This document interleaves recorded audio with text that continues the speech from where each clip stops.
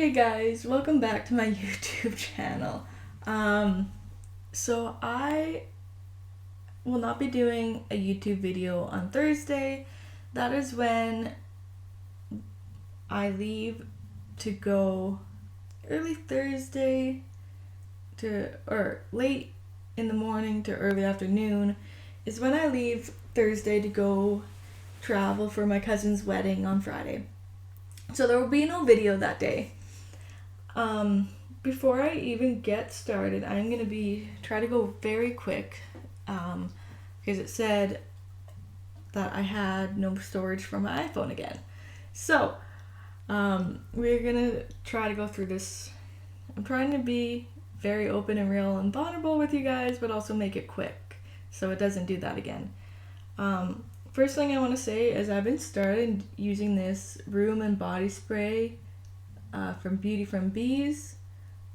I really like it. It's not a very overbearing smell. It's not too strong. It's not too it's not too strong. This here is my roller bottle that only has castor oil and frankincense essential oil in it from Young Living. I put that on my neck. I put it underneath my eyes. If you got dark eyes, that is something you can do. It would really help with that. Also, it's supposed to help with wrinkles, blemishes. So whatever you want to do, you can do for that. This is a new product of mine. Also, the new product is from Beauty and the Bees too. The room spray is a new product I've been really liking too. This is called, the brand is the French Goat. She was there at a farmer's market my mom and I went to, and she had these samples for hand lotion to use. So it's naturally fine goat milk cream. This is lavender. This is what it looks like. Guys, I love this stuff. It's not greasy, it's not sticky, it goes on and it feels very smooth and silky. I absolutely love it. So that is my little updates for today. I'm gonna get in here and I'm just gonna read my Bible verses. So we're gonna start in, for 2 verses, I'm gonna use the Amplified Classic Bible, which you can get on Kenneth Copeland Ministries. So I'm gonna do Matthew.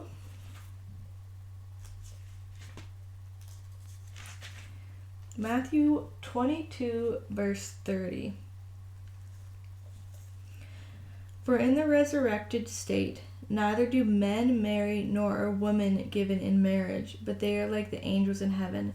I think that is what some people thought, like, oh yeah, we're going to be married in heaven. And that is like, no, God's word says you are not. You are like the angels in heaven. So I thought that was just a verse we can do. And then the other one is Mark.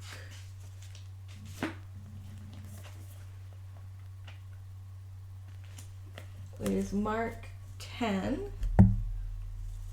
Sorry, I caught it. My headphone cord hit the microphone. So Mark 10, verse 6 to 9. But from the beginning of creation, God made them male and female.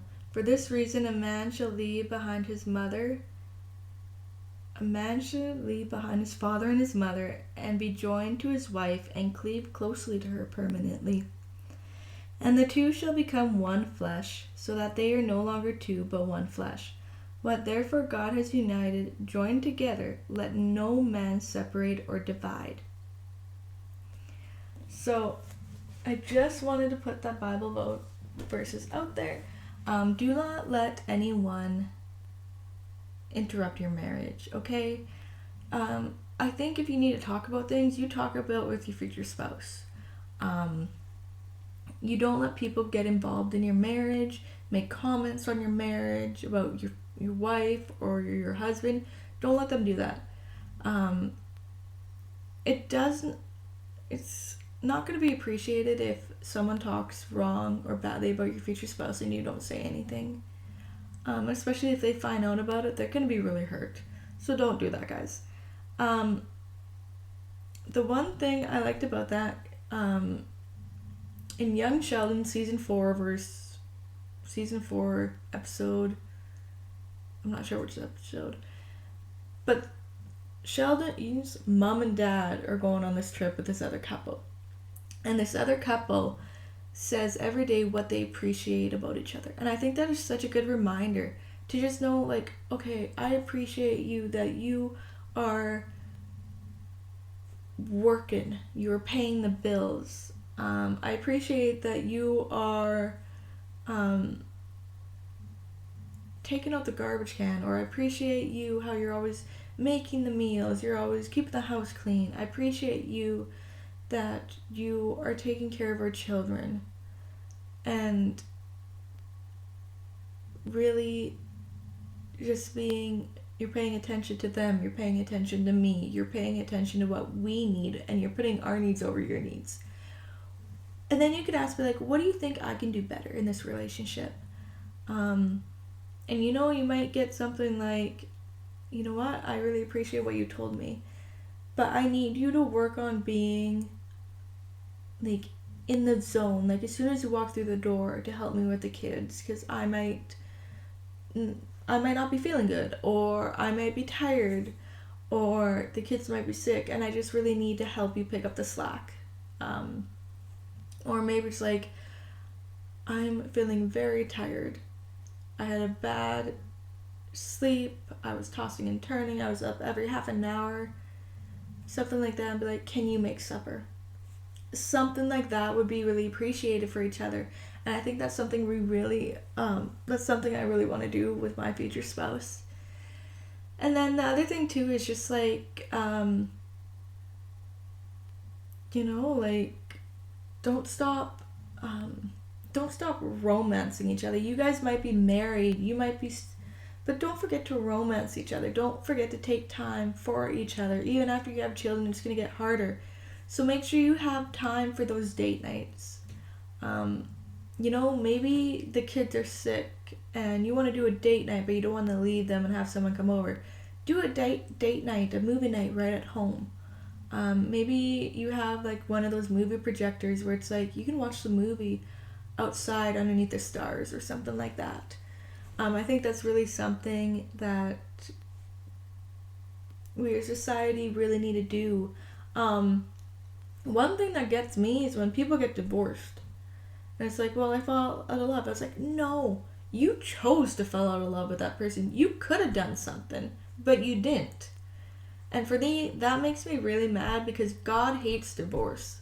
And yet there's such a high divorce rate. It's just, to me, it's not acceptable. But I really just think, like, no, you can do things to prevent getting divorced. Try counseling. Try actually going on date nights again. Try, like, connecting with your spouse again, being intimate again. There's things you can do. God hates divorce. And I am so thankful that in my family, on my mom's side, there has been no divorces. And I'm so thankful for that because it's hard. I see people divorced and dating other people. I live in a small community, so I hear things, and some things are just like, why? Why are you doing that? Like, it just... Anyways, God hates divorce, guys. Just remember that. So, really just try to plan the dates, appreciate each other, love on each other. Sometimes, you know what, ladies, cook your husband his favorite meal. Or, you know what, if you can afford it, get him tickets to an NHL game or something that he really enjoys. Men, romance your wives, okay? Bring them flowers, bring them chocolate. It doesn't have to be your anniversary, but I know the ladies will love it. I'm single. I'm 28. And I've only got flowers once, and it was from my cousin as a thank you for asking him to be my escort for grad. But I like flowers. I like chocolate.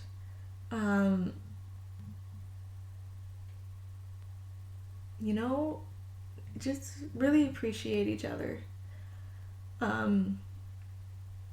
My grandma and papa were really blessed. They were married for 68 years, and it's such a blessing to have papa in my life as long as he was. Um, so yeah, just really appreciate each other. Like, there's things in this world that are really distracting, and you really just need to have each other's backs, appreciate each other, love on each other, be supportive of each other, encouraging.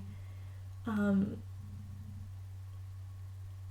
so just, yeah, really focus on each other. You should have God. God should be the top. It should be what you're focused on most, and have your heart set on Him most. Then it be your spouse. Then it should be your children, and then your job. You should not be putting your job above your spouse. That is wrong. I don't agree with that. Yes, you need a job and need to work every day to make a living. But when you get home, there should be, I think people should make a rule and have a no job talk. And just like focus on each other for the rest of the night. Focus on the children. Do a date night. I really think that's something people should do more often. Men. Okay, this is for the men out there if they see this video. It is very sweet when you open the door to the vehicle or to the restaurant on your dates, or even for after you're married, keep opening the door for them. I find that very sweet. It's not that you women are incapable, but it's just your spouse being a gentleman. And I think that's something that needs to be brought back into society. You don't see it much.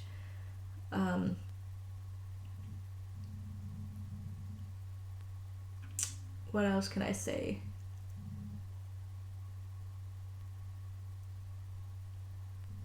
Okay, I'm gonna go. I just thought I would say that, all that. I know it was kind of more like a venting session. I'm gonna talk about my future spouse now. So, for me, I really need a guy who, I can feel safe with.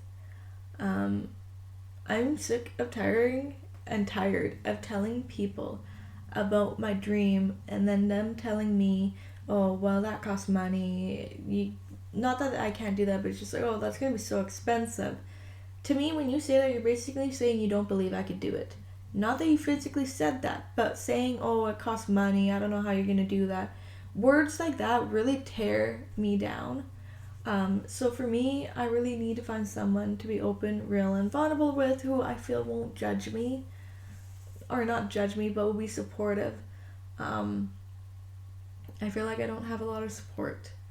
And the thing with me is, it's just hard because there's things I've dreamed about doing, and because of people's words, I've just completely backed off and lost all the passion for it. So that's where I've been praying for God to give me a dream about a job that He wants me to do and not myself, because I cannot do another job where I wake up and I am just dreading my job. And I feel like there's a lot of people out there who do that too. So there's that. And I just find that something I really need to work on and pray to the Lord about. So just being real, open, and vulnerable with my future spouse, being attentive to his needs, whether it's like a hug after a stressful day, whether it's taking time just like, out of my day to text him, to call him, to pray for him. One thing I thought I really wanted, I haven't thought about this in a while, but was I wanted to pray with him. So whether we're both at work or whether we're at home, wherever it is, for lunch, for supper, to pray, to call, whether you're calling or you're FaceTiming, and to pray together at lunchtime, to pray together at supper time, even in the dating phase. And I think that's something I really still want to do. But to do that, I gotta start praying more. That is not something I do. So that is something I need to really work on too. For me, my house is a barndominium. That is my dream home. It's all one level. And it's like a circle, guys. The house is just like a circle. So you walk in, you're in the entryway. If you keep going straight, you're going to get to where the bathrooms are, spare closet, for extra towels, toilet paper. Then you got like bathrooms, you got the bedrooms, maybe a gaming room. I like to play video games, I like to play cards, different things like that. So to have that, maybe a cold room for the fruit and vegetables, but that would be more in the kitchen, I guess. But then it just like it comes full circle, right? So then you like walk around and you come, and then there's the living room. Then you walk farther, a little farther more, then there's the kitchen, and it's wide open. The one thing about that is I do want to, like, if this is the kitchen, I would like it where there's like maybe like a door, like a half wall maybe. So it's like you're not fully wide open in the kitchen, but yet it's spacious enough that you have all the room you need. Places I want to travel with my future spouse, or future husband after we're married, or even before we're married if other people are going along, I guess. I don't think you should travel with your future spouse if you're not married, because that really puts temptation in the way, and I think that's not a good idea. So it'll be, I guess, places I want to travel with my husband after we're married is Italy is one, Bora Bora is another one. The water and pictures I've seen of Bora Bora are just so beautiful. I want to go there. Six Flags is another one. And then there's this mini golf game in Georgia, mini putt game. Anyways, instead of trying to get the lower score, you try to actually have the higher score. So you get bonus points, it's inside, it looks amazing. So I want to go there. And then recently, I really have wanted to go, so has my mom actually, but we've really wanted to go see the Ark, which is in South Carolina, I think. I think I have that wrong. Anyways, we wanted to go to the Creation Museum first, and then go see the Ark. And I think that is just a great experience to have. And so I really want to do that with my future spouse. I want to have a small barn, because I want to live on a little acreage, and so to have like a small barn for maybe 2 horses we have. So we could talk with him about that. And then there's also, I like to go swimming, so I want a pool. So there's that too. What else can I talk about?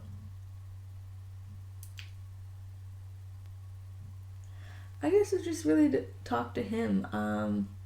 I like to go swimming, so I really wish I went swimming more this summer, but I didn't. So I would really like to have a small swimming pool in the backyard, maybe a small play area for our future children.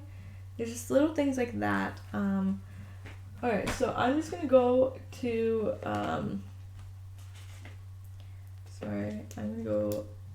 wrong book, sorry. I'm gonna go back. I bought this book on Amazon. This is the New International Version. I'm gonna read Proverbs. Okay, here we go. A little too far. Okay, Proverbs 18.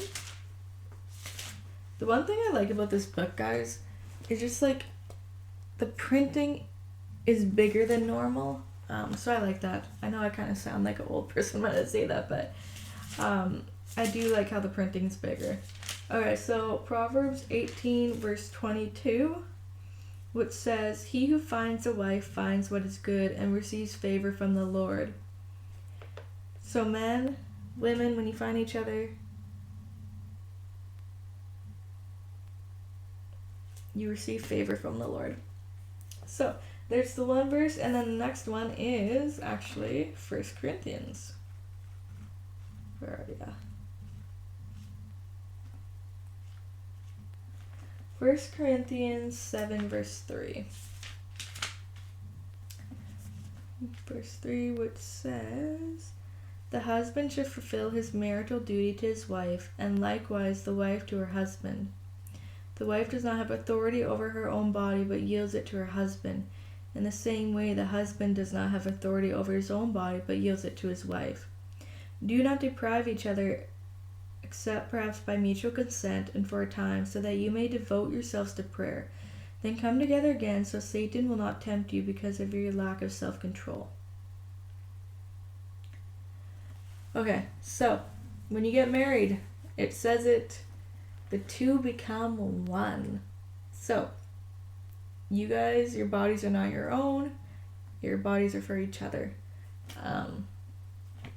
So just those are my two verses, or there's 4 verses actually, but those are my Bible verses for this episode, or this YouTube video.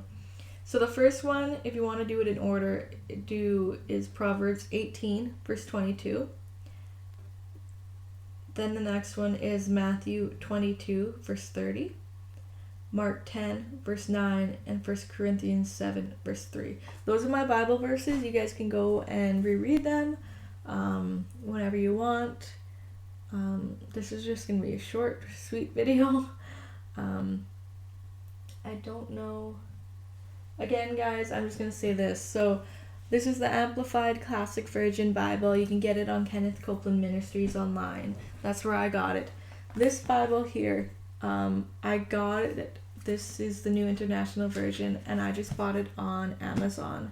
It took me a while to find a specific one, but I bought it on Amazon, and I really like it. This one, I didn't do this, but this is my creative Bible. And yes, meaning I have colored in it. But I actually got this at Chapters Indigo. So if you can read King James Version, this one is good to have. I've tried coloring in this a little bit, but I just find I have a hard time understanding King James Version, so that's where I go more New International Version, Amplified Classic Version, or New Living Translation. Right now I'm reading New Living. So that is all for today, guys. Be patient as you wait for your future spouse. Continue to pray for them and keep your eyes on Jesus, and you will meet them before you know it. He's told me that a bunch of times too. So I just really hope you guys have a good rest of your day, and that God would give you wisdom for every decision you make, that He would direct your steps, and I just plead the blood of Jesus over every single one of you, and I thank you so much for watching my video. Bye, guys.